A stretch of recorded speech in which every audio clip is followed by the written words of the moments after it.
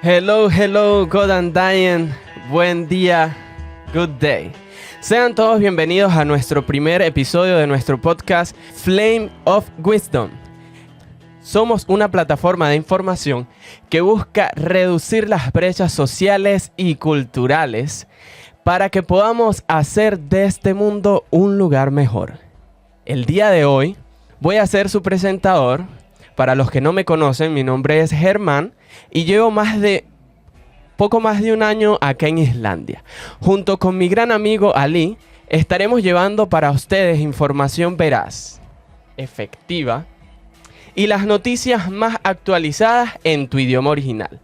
Es por esto que el día de hoy traemos una información de gran importancia para ustedes. Si te preguntas cómo obtener una bicicleta segura, económica, porque es de forma gratuita, te invito a que te quedes con nosotros, que en el día de hoy estaremos brindándote para ti toda la información de esta iniciativa que ha sido un rotundo éxito desde el verano pasado. El contenido que mostraremos a continuación está creado y realizado en islandés, inglés y subtitulado en español, para así poder tener un mayor alcance, y además de eso tendremos una breve discusión al respecto de lo que se habló aquí en esta entrevista. Ahora vamos a darle el pase a nuestro amigo Ali, que se encuentra en Reiðhjola Bændur. Hello everyone, here Ali. We are in the vicinity of Reiðhjola Bændur. If you ever wonder how to get a quality bicycle in a very low cost, or even so, if you want to repair your old bicycle and you don't want to spend a fortune in it, I can tell you how you can do it. So let's find out, because we're going to speak next with Mr. Birgir, and he will tell us all about these topics. And remember, here on below, we will leave you the exact location where you can find out.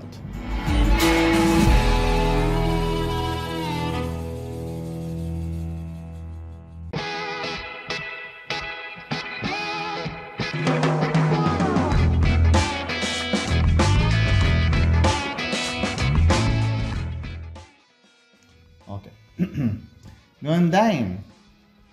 Við erum Flame of Wisdom. Við erum spænkumælandi samfélag og önnur tungumál. Við viljum spyrja þig nokkura spurninga. Ég í lagi að tala ensku fyrir óþolinmóða áhorfendur okkar? Yep. Já, takk fyrir. First, we would like to start. Please tell us about yourself and your work. Okay, first about myself a little bit. My name is Birgir Birgisson, and I studied to be an industrial designer. Good. And I work today for a company in Reykjavík that makes prosthetic legs. Oh, that's nice. So that's very interesting work. I used to live in Denmark for a long time to study and work for a few years. So I have been a migrant myself. Oh, good. And this also has helped me understand the migrants' experience. Okay. Which is why when I joined the club Reiðhjola Bændur many years ago, I saw an opportunity in that to help people in the same situation as I was in Denmark to connect with the local community. But we'll come back to that in a moment. So as I said, I live in Reykjavík. I have a family, my wife and my 2 sons. They are grown men today. One is 30 years old and lives in Norway. The other is 20 years old and still here in Reykjavík. And we are all Icelanders born here, except for my youngest. He was actually born in Denmark, but still is an Icelander. Yeah, of course. And we all enjoy visiting other countries, of course, learning other cultures and getting a new angle on your thoughts and vision of the world. Yeah, that's very interesting. So your project is called Reiðhjola Bændur. Yeah, it's a weird word even in Icelandic. Yeah. So Reiðhjola Bændur, if you translate it directly, would mean bicycle farmers. Okay. But there's a little bit of mistake in that, because we also have in Icelandic a word called húsbóndi, which means like a lord of the house or lord of the manor. Yeah. And we are using the word bóndi or bændur in that context. Okay. So it's really like the lords of the bicycles, The which lord sounds of the much better. Yeah, most definitely. Yeah. And tell us about this project. Yeah. Where it was born. Well, actually, this is more than a project, but we'll come back to that. It's more like a amateur club, amateur cycling club, and it started in 2007. 2007. Yes, and that's when there was a group of friends, 4 or 5 guys, same age as me. I mean, middle-aged men. Yeah, yes, that of course. Discovered, you look very young. Okay. Discovered they needed to move more, so they chose cycling. Okay. And it was difficult for them to find the right time. They had families, they had jobs, busy lives. So they said, okay, every Tuesday evening, 7 o'clock, we go for a bike ride. And they did this for some time, and then they started asking more friends to come with them. And the group is growing and growing and growing. And when I joined in 2015, so the club was already 8 years old then, there were about 100 people in the group riding around circle around Reykjavík once a week. Yeah, very nice cycling club. Yes, very nice. And the people did this also in the winter. Because in the winter you use special tires, special clothes and so on. But you can still cycle in Iceland in the winter. It's possible. It's possible, yes. Yeah. And the benefit, I believe, is you can see beautiful, unique sights in winter that you cannot see in summer or spring, yes? Yes. If I'm not mistaken, you can correct me if not. No, it's completely correct. And even during the night, I mean late night, especially when you have the snow or the ground is white, if you have the moon out, there's a little bit of light coming not only from the moon, but also from the snow, reflecting the light. And cycling in beautiful weather during the night, even if it's cold, it's very nice. Yeah, because you're wearing special gear. Yes. And I believe it's not that expensive, just a bit two clothes. Yeah. Like your regular stroll, but you're in a bicycle, yes? And actually it's a curious thing. Yeah. We have, of course, as you know, the Icelandic wool, the sweaters and everything. Yeah, and this is something coming, hundreds of years ago, this was invented. Yeah. And it's the perfect clothes to have when you're cycling in Reykjavík. See? So it's just a wonderful thing that it fits together. So you don't need a special gears to go cycling on winter, just Icelandic wool. Yeah. Except when it's raining, then you need a better something. Okay. We have some exceptions. So more of the background of the club. As the group grew, that is cycling around Reykjavík once a week, we had a lot of people come that were learning to use their bicycles. I mean, maybe they had bicycles as children, but they've never used it. And also in this group, we are riding a little bit in traffic as well, on the streets. Yeah. Which in Iceland is completely legal. You can ride your bicycle on the street. You just have to remember to give like the turning signals and these things to stay safe, but it's perfectly legal. It's perfectly legal. Yes. It's a good tip to know for all the bicyclers there that they're afraid to go on the street. Now you it's can perfectly know. legal. And there were a lot of people that needed to sort of learn how to do it. And Reiðhjola Bændur became the place for new people to learn to cycle in this context. So that's how we changed from being just the cycling once a week of friends, and we became sort of the club that showed people how to do it. From that, we also became involved in the security or the safety of people on cycles in traffic. So we began to communicate with the police, and we have this institute called Samgöngustofa, and they are the government institute that sort of distributes knowledge and wisdom about safety and traffic rules and all of that. So we became the club that communicated with them about cyclists. So you do more than just a cycling club and just repairing bicycles. Yeah. You are providing for the people about knowledge of traffic, how to use the bicycles properly, to be safe, and also to be a bridge between the laws and the safety of all riders in bicycles. Yes, that's what we try to do, to let people know what they need to do to stay safe. And also in the other direction, we try to communicate to the police and to Samgöngustofa what they need to change and what they need to educate drivers. Because it's not enough for the cyclists to know how to stay safe. Drivers need to know what to do as well. So it's a cooperation. But the good things and everything's always start with the first step. Yeah. So I think you have already done that. So that's why we are here. Yeah, well, we have done it because Yes. I have to emphasize it's a group. It's not just me. Yeah. Although I'm the chairman of the group today and I'm sort of a little bit the face outside, but there's a lot of people involved. Our next question is, how's been your relationship with the people who work with you, and in this case, we can say it for you? Yes? It's been very good. Actually, I was quite surprised when we started because 2022 was the first year where we did a project like this in this Yes. same method, and I was pleasantly surprised. There was a lot of people that wanted to come and help, and it was because they wanted to give back to the society, but at the same time they were helping other people in the same situation as they were. Yeah. So we have had people from many different countries come. As volunteers? Yes, as volunteers, because everything we do is volunteer. Yeah. Even the bikes that we are fixing and giving away, people give those to us. So that's volunteering or donating. Yes. We have agreements with the bicycle shops. They are donating the spare parts. So everything we do is donations and volunteer, and it's just wonderful. And we have met some of the people who work with you, Yeah. and mostly fixing, repairing all the bicycles. Some people who are volunteering in many situations, yes. Go to people who are always, as you said, trying to Yeah. give pay back Yes. Yeah. all the kindness they receive. Yeah. Yes. So And I think it's wonderful, and you know, just to emphasize how much people want to help. We have a group of people that live in Hafnarfjörður. yes. This is about 20 kilometers away, yeah. and they come here either on their cycles or in the bus. And they last summer they were working maybe 5 or 6 or 7 hours, and then they went back with the bus or the bicycles, or they went to Salvation Army or Red Cross or other places to volunteer as well. Oh, wow. So I'm amazed at the work that people do. And I know that it's because they want to be part of the society. They want to help out and be valuable for the society. And they most certainly are. Yes.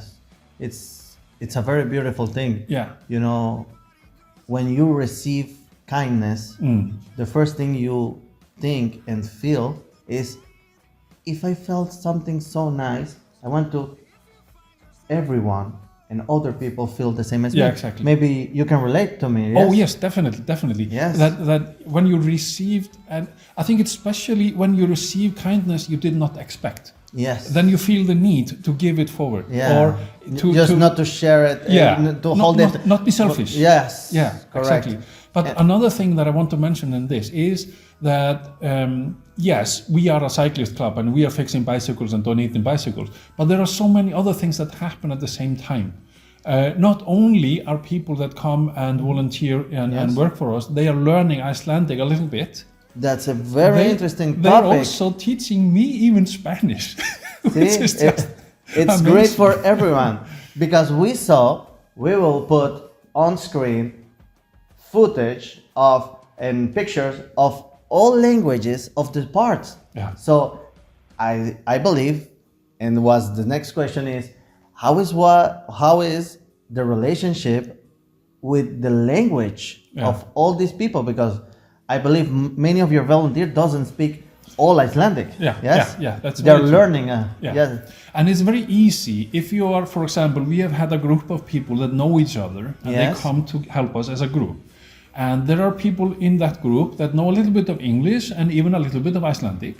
And it's very easy when we are busy with our work fixing the bikes for me to say, I can't talk to this person, so I talk to the next person in English or something. But it's very good that when you're busy fixing the bikes, you don't go this easy way. You try to make yourself understandable. So you make more of an effort. You make both for that me, effort to communicate. Yeah. And I believe, tell me one of the words that you have learned in Spanish, if you can recall now. I have many. Oh my God. But for me, the most popular one to use is cadena. Cadena. Cadena. Cadena. Cadena. Yeah. Cadena. Yeah, Yes. I'm not saying it correctly, but you understand. Yes, I did understand. Cadena, yes. Yeah. So the chain of the bicycle. Yes, the of chain course. of the bicycle. Yeah. And we talk a lot about freno.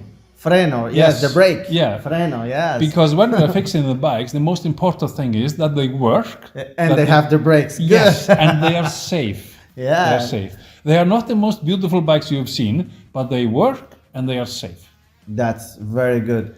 And as you learn Spanish, the people who volunteer with you can learn English if they don't know English, or better yet, they can learn Icelandic. Yes. I've seen all the picture, the translation, everything. It's so beautiful.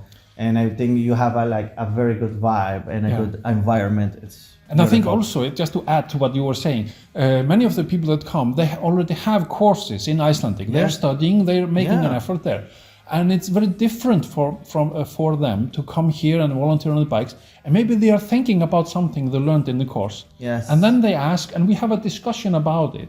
And I can explain, for example, why is this word like this? And why does the word change?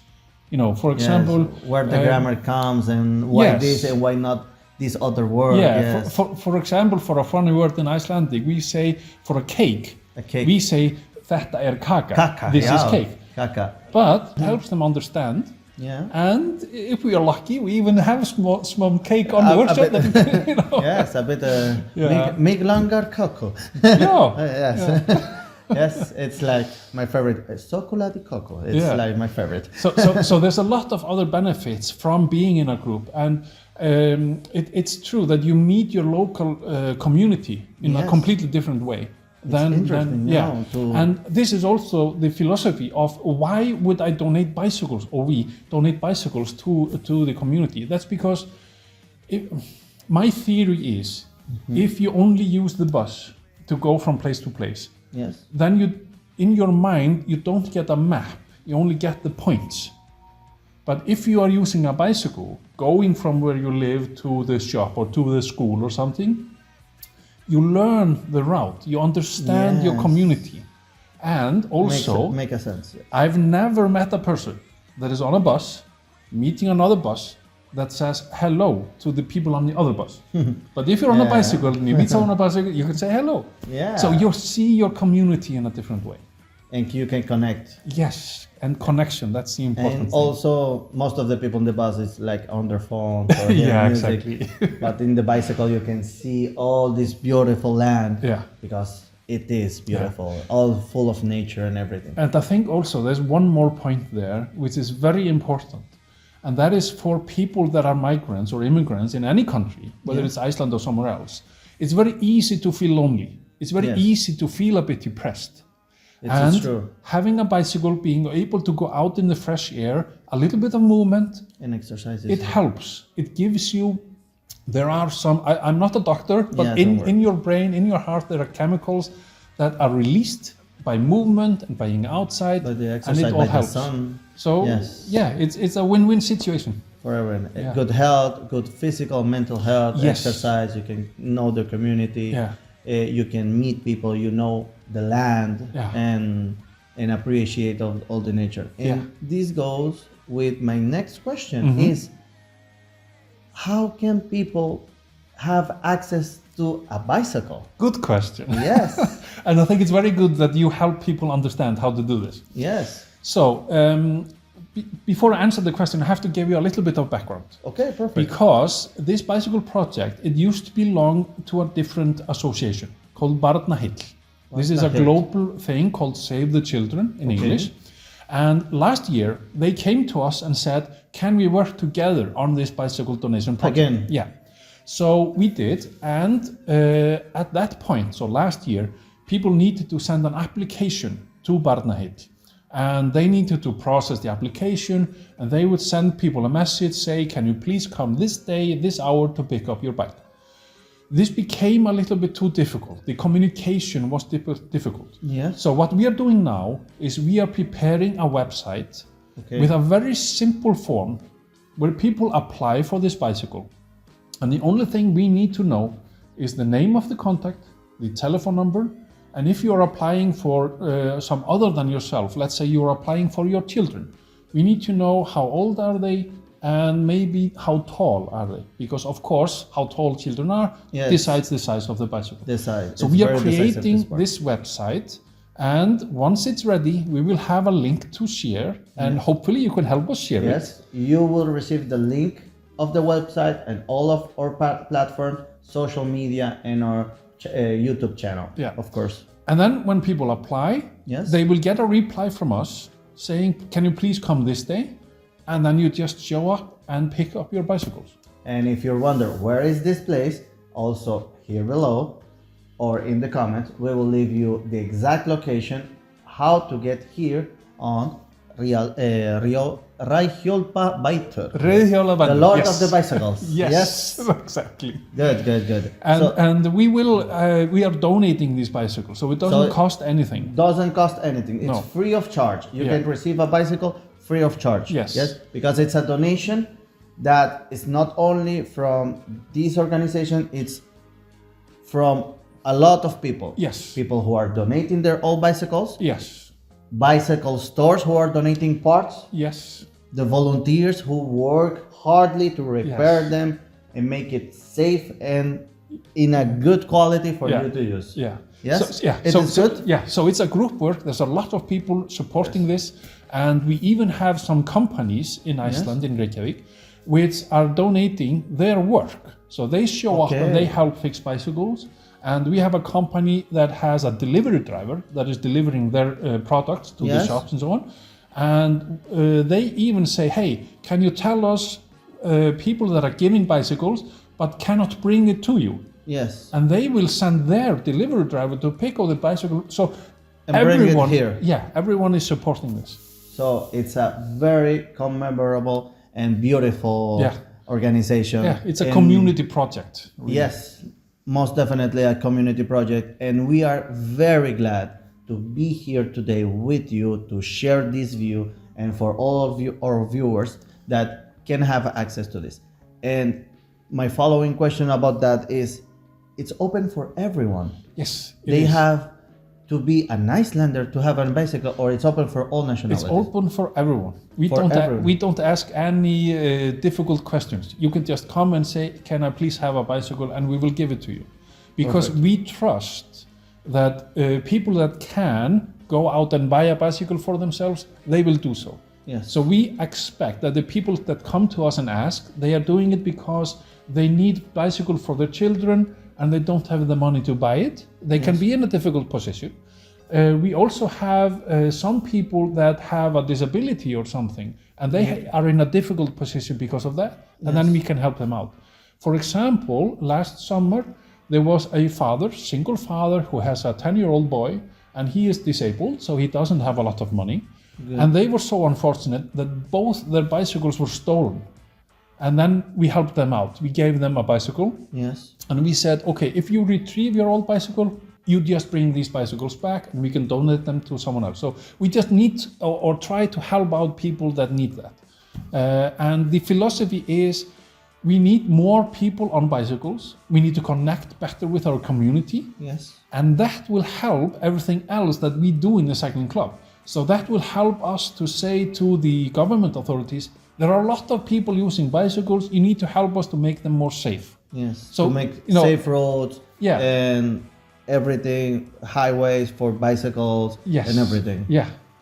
So that, donating bicycles, it's a little bit selfish because it helps us to get more safety, So it helps it's a win-win situation for everyone. Exactly. Everyone can benefit. Yes. But so it's open to everyone and it's open to all nationalities. You don't have to be Icelandic. You can have arrived last week. You don't have a kennitala, it's no problem. Just let us know your name and your telephone number so we can let you know when your bicycle is ready for pickup. An important thing to say and emphasize is that our only currency is trust. Yes. Yeah. Yes? Yeah. We trust you. Yeah. All of what you have, and we don't ask difficult questions. Exactly.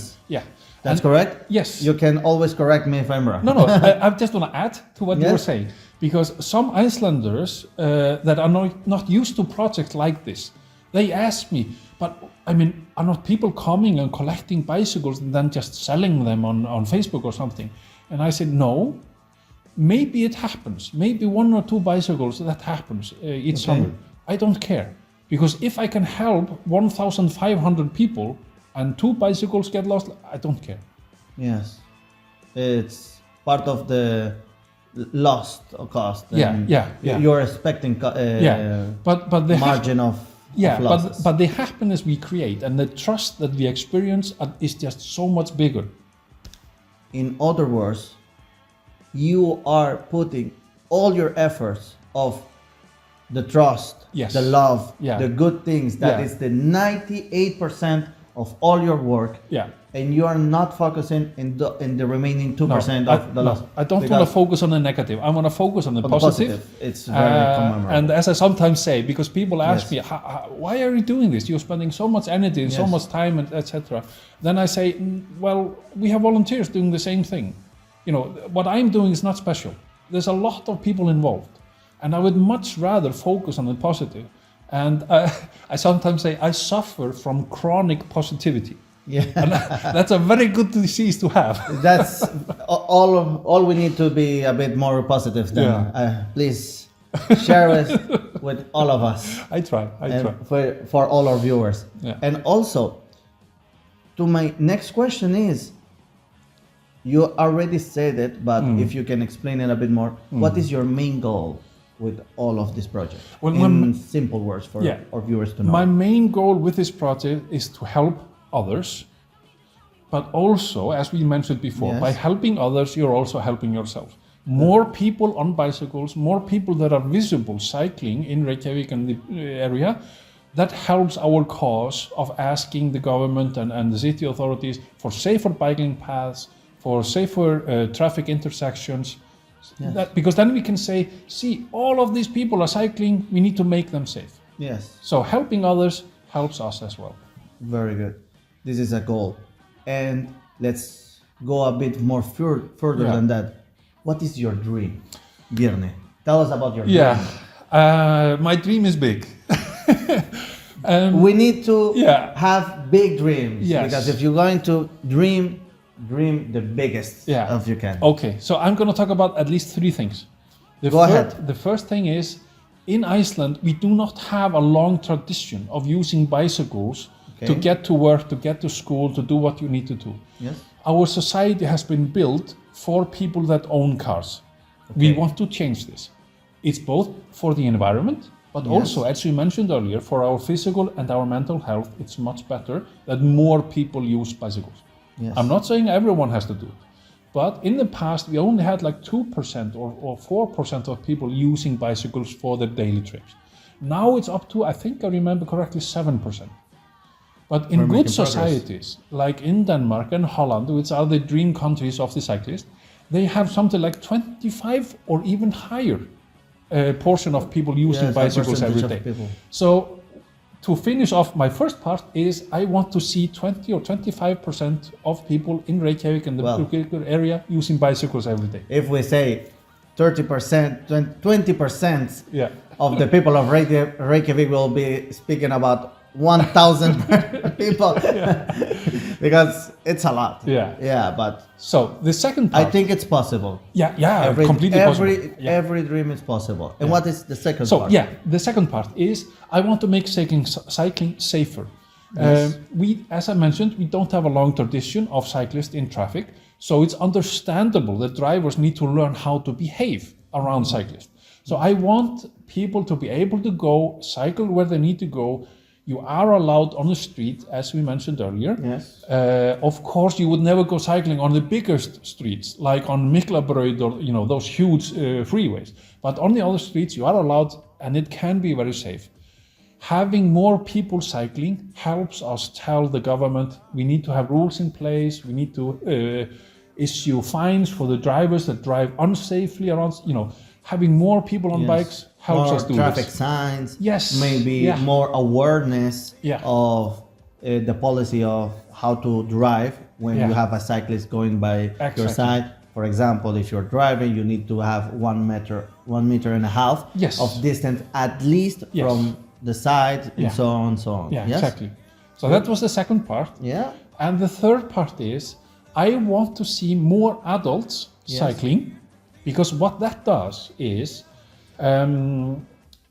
if you see more adults cycling when you are a child, Yes. you grow up seeing your parents cycling to work or cycling wherever they need to go. Then it's very easy for you to use your bicycle to go to school, to go to your sports activities and everything like that. And as you grow up, you can also see yourself cycling as a grown-up. Yeah. That means that when you get to be 16, 17, 18 years old, in Iceland we get our driver's license when we are 17, that's the earliest age. So when you get to this age, you don't automatically think, I have to have a car and I stop using my bicycle.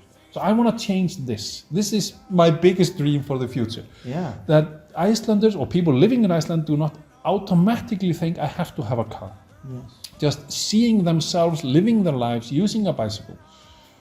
And this very much coincides with the fact that Reykjavík has been a very spread out city. It's not a dense city. We don't have a lot of people in the same place. Yeah, This like is in the same community. Yeah, exactly. So this is changing slowly. Now the city authorities are building more and more tightly. And that means that the car is no longer the obvious option. Yeah, You can get where you're going either walking or cycling or using the bus. Yeah. And Because from here, if you're going to say an example to go to Hafnarfjörður, yeah, it's 20 kilometers. yeah, it's a long distance. It's a long distance, Yeah. but when you drive and you go to bicycle, the time between each other is Yeah. not that far away. Yeah. So 10, 15 more minutes in bicycle, Yeah. you still can go to your destination Yeah. safely. Yes, especially in the morning and in the afternoon, in the rush hour, as we call it. Especially. You can even get faster by bicycle because cars are stuck in traffic. Yeah. So- most certainly. Yeah, I think more and more people are seeing this, and we are seeing more and more of the big bicycles where a parent has maybe 2 or 3 children in the back Yes. and all of that. So it's coming slowly. But doing this donation project, we are helping this But move more quickly. We can say for sure that you are working towards that dream. Yes, yeah. That it's beautiful, Bernie. I just love it. And I think for closure, I can ask you this question. Tell us and to the viewers, if you had the power to change one thing in the world, what could that be? Oh, that's a big question. I do characterize to do those. Okay, let me say it in this way. If I could change one significant thing in the world, Yes. I would make my chronic disease Yes. of relentless positivity Yes. very contagious. So Very everyone contagious. is spread Can out be- with this. Can have all that positiveness in their life. let's say it's my personal beautiful. COVID Yes. that I can just spread to everyone. To In be, a pandemic way. In Yeah. a good this is a good pandemic. yeah, yes, you know? it's a nice pandemic to be overly positive Yes. and not think about the possible negative sides of it. Just focus on positivity. And to work doing it. Yeah, and if you have the opportunity to help others, please do, because then it's sort of the same vision as with karma. I Yes. mean, the more you help others, the more you receive yourself. That's sort of the philosophy there. It was fantastic to speak with you, and it's a beautiful dream that you have. It's a beautiful community project that you have built here. Once again, we will leave all in the description everything that you need to know, how to access it, the website links of this community project, and the exact location, also picture of it. And we will thank you again, Bernie, because I, for myself, I'm happy to be here speaking about this, because we can say for sure we are doing something great in the world. Because to change the world, we don't need to do great things. Just one small step at a time. Yeah. So, thank you. Það var frábært að tala við þig. Takk fyrir tíman og vertu sæl og blessaður. Tack så mycket. Tack så mycket. Wow, qué hermosa e interesante historia de vida, si podemos decir así. Qué hermosa entrevista. Y quién más que nuestro amigo Ali que nos está acompañando en el estudio. Bienvenido, amigo. Gracias por esta entrevista. Gracias por tenerme acá. Para que nos amplíe un poco más sobre este sueño, de esta experiencia. Claro que sí, sin duda, mi querido amigo Germán. Gracias nuevamente. Para mí es un placer hacer este proyecto llamado Flame of Wisdom contigo y con mi buen amigo Kevin también, que nos acompaña tras cámaras. Sin duda, una fuerza maravillosa. Un aplauso para él. Para Kevin. Gracias. Y sí, para mí fue una experiencia maravillosa poder hablar con el señor Birgir Birgisson, ya que nos mostró una faceta de él bien humana, bien interesante, quizás tal vez un poco soñadora. Futurista, digamos. Sí, un poco futurista. Porque abarca tantos temas sociales, de ayuda, y va más allá. No es simplemente hacer algo por ayudar, lleva su amor a lo que le gusta y ese amor se siente. Por eso para mí fue una experiencia maravillosa estar en ese sitio, poder interactuar con tantos voluntarios, y los voluntarios que están allí en el sitio son de diferentes nacionalidades, exactamente, diferentes culturas, diferentes idiomas, y están todos unidos bajo el mismo espíritu de solidaridad. Y eso es lo más maravilloso que quiero destacar, porque esta entrevista que hicimos sobre este proyecto comunitario, como bien lo dice el señor Birgir, no es solo un proyecto, es la sociedad naciendo, es un sueño naciendo. Por eso mismo, para mí, 3, 2, 1. Por eso mismo, pienso que nosotros, al estar allí presentes, podemos contactar diferentes tipos de culturas para que se integren, ya que bien es sabido que es difícil a veces contar con informaciones precisas debido a ciertas barreras del lenguaje. Por eso estamos hoy aquí para ustedes, para llevarles la información más destacada. Exactamente. Qué increíble como ver cómo nuestros compatriotas y hermanos venezolanos se han ido sumando a esta iniciativa. Esto de verdad hay que aplaudirlo.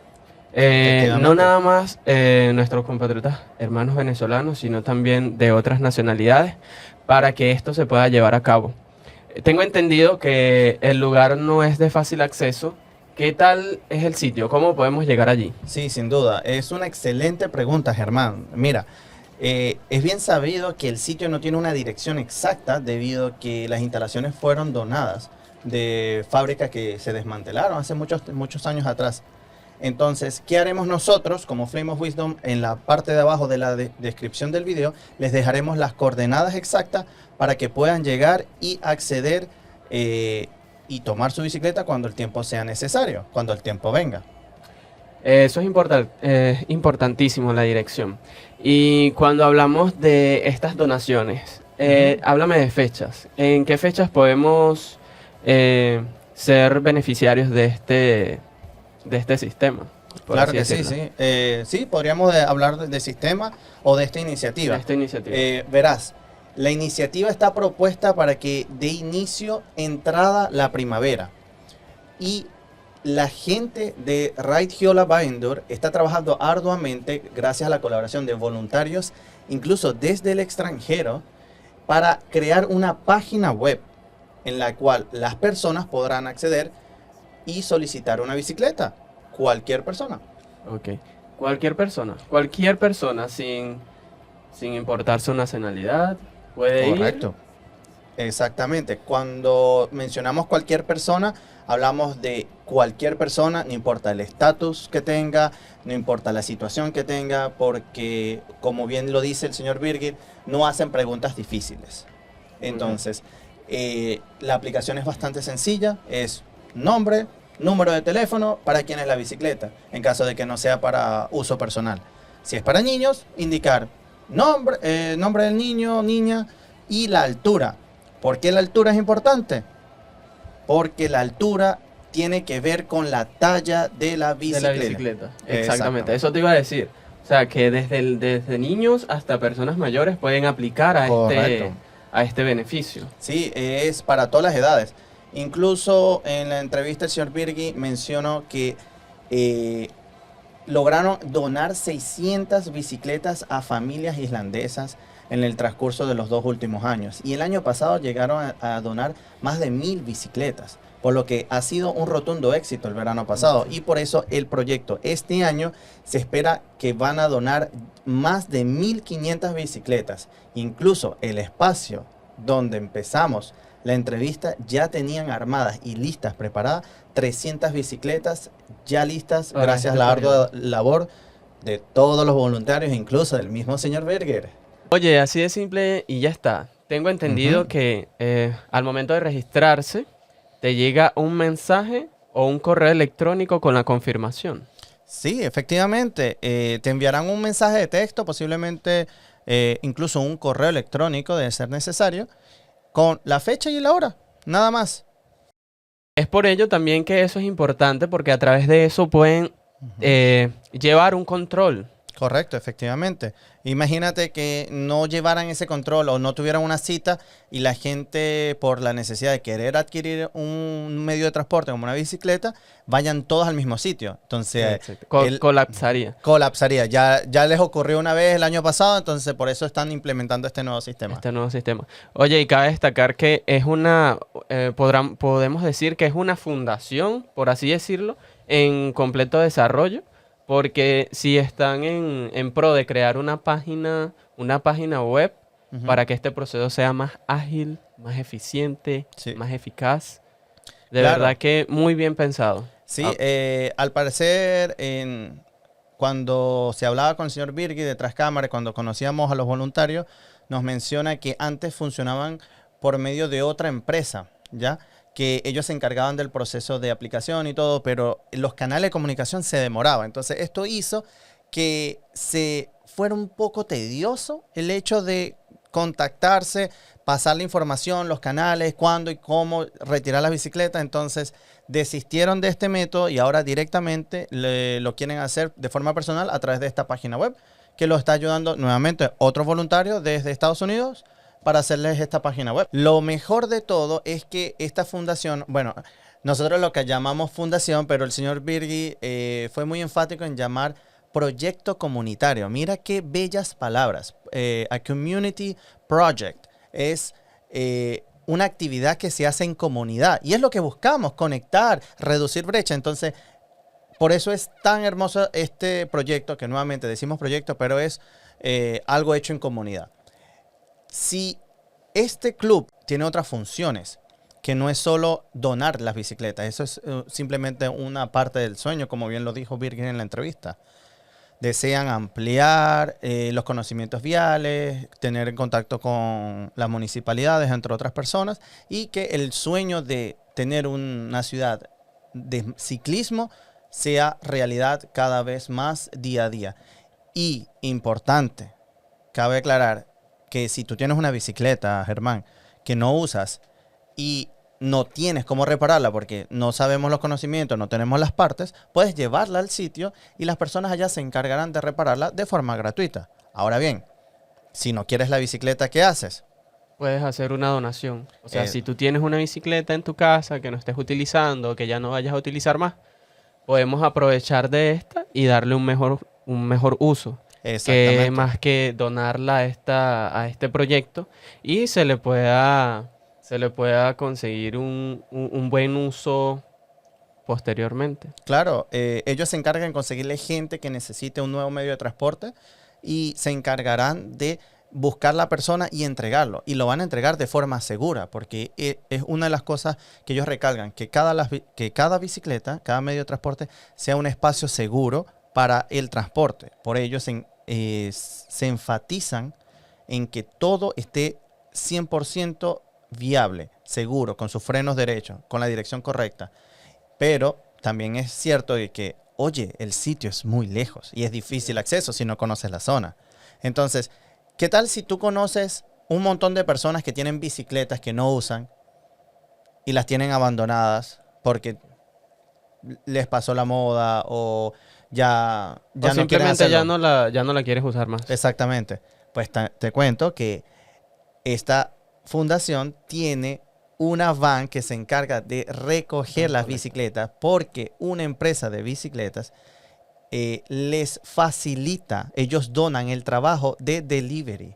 Entonces, si tú tomas una foto, lo publicas en la página web, que también dejaremos en la descripción en las próximas semanas, puedes decir e indicar de quién pertenece a la bicicleta, quién es el responsable del contacto, y solo tomar una foto. Ellos no necesitan hablar con nadie, simplemente tener la autorización y el acceso para llegar y retirar las bicicletas. Entonces, si ves que hay bicicletas baldías en un estacionamiento o son de tus vecinos, puedes llamar, contactar a la fundación a través de sus páginas oficiales, sus canales, y ellos se encargan de buscarlo, incluso si es tu propia bicicleta. Exactamente. Entonces, el siguiente llamado es a todas esas personas que tengan, pues, estas bicicletas y no las estén utilizando. Sí, efectivamente, sí. Prácticamente tienes que enviar un correo con la fotografía. Y podría ser una foto, un correo con la fotografía, un mensaje de texto incluso. Un mensaje de texto. Y sería como donar estas bicicletas para que puedan tener un mejor uso y no estén allí, como quien dice, ocupando espacio solamente. Por supuesto. Es así de simple. Y incluso han habido ocasiones donde ellos se encargan de incluso llevar las bicicletas al sitio cuando lo van a donar. Normalmente piden a las personas que se acerquen hasta la fundación y retienen sus bicicletas. Sin embargo, si es una sorpresa para los niños o quieren hacer un evento especial, ellos pueden encargar de llevar la bicicleta, porque como les mencioné antes, tienen una van que es abierta atrás y allá pueden montar muchas bicicletas de forma simultánea y llevarlas al sitio. Ok, listo. Muy bien. Qué estupendo. Espero que esto pueda llegar a la mayor cantidad de personas posibles para que aquellos que nos están viendo atentos a nuestras redes sociales y a nuestro próximo capítulo. Te invitamos a que te suscribas, comentes, des like y compartas para que esta información pueda llegar a más personas. Y así finalizamos nuestro capítulo de hoy. Y recuerda que analiza, comparte y discute. Chao, Hasta chao. la próxima. Chao, chao.